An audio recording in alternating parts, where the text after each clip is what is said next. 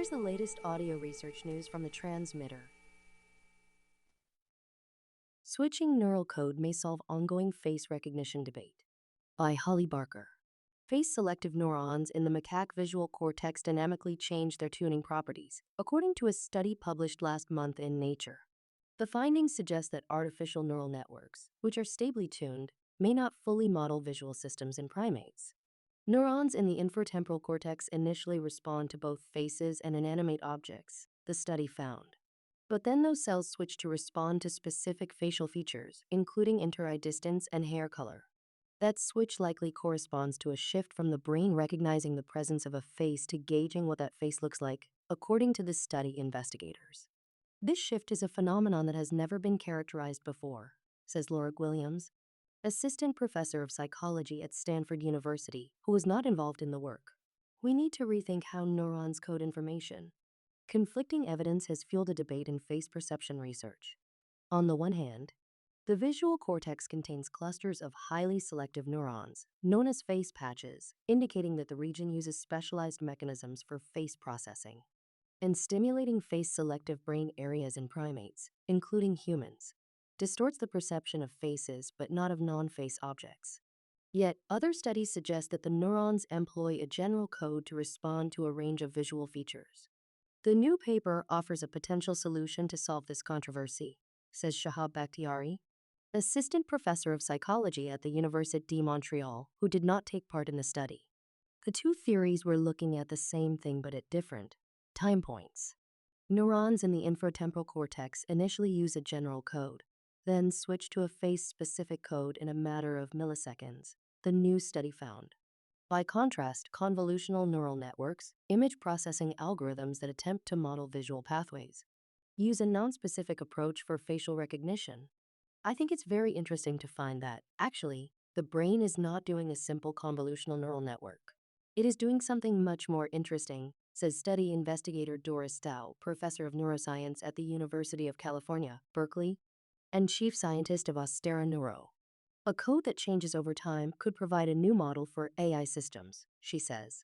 In the new study, Tsao and her colleagues presented 3 macaques with thousands of images of human faces and other objects and recorded the responses of the animal's face patch neurons using neuropixels probes.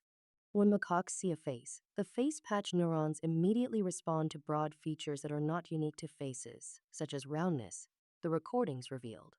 After 100 milliseconds, however, those cells make a concerted switch to become less responsive to general features and more attuned to face-specific ones.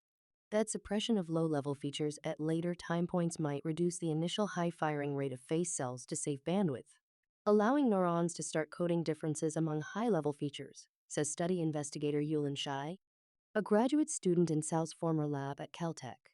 It seems like a very efficient, energy-saving way of coding. The coding change didn't occur when the macaques were shown an image of a non-face object, suggesting that a face is needed to prompt the switch.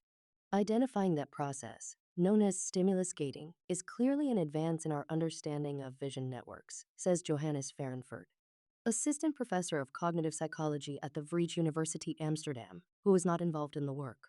But whether the coding switch really represents a shift from detection to discrimination is unclear, Fahrenfurt says. One could also interpret it as a change in perceptual organization or in conscious experience. Those interpretations aren't mutually exclusive and could describe the same phenomenon at different levels, Shai says. Though future work could determine whether coding shifts correspond to changes in consciousness, the group's current findings strongly point to a transition from face detection to face discrimination, she adds. For instance, the brain appears to be better at discriminating faces after the tuning shift. Reconstructions of faces based on neuronal responses recorded after the switch included more identity-specific information than those based on earlier recordings, the study found. The findings align with evidence that other sensory processes, including speech processing, involve dynamic coding changes. Those studies confirm that strict definitions of neuronal tuning, in which cells show a fixed response to select stimuli, ought to be abandoned, says Grace Lindsay, assistant professor of psychology and neuroscience at New York University, who was not involved in the work.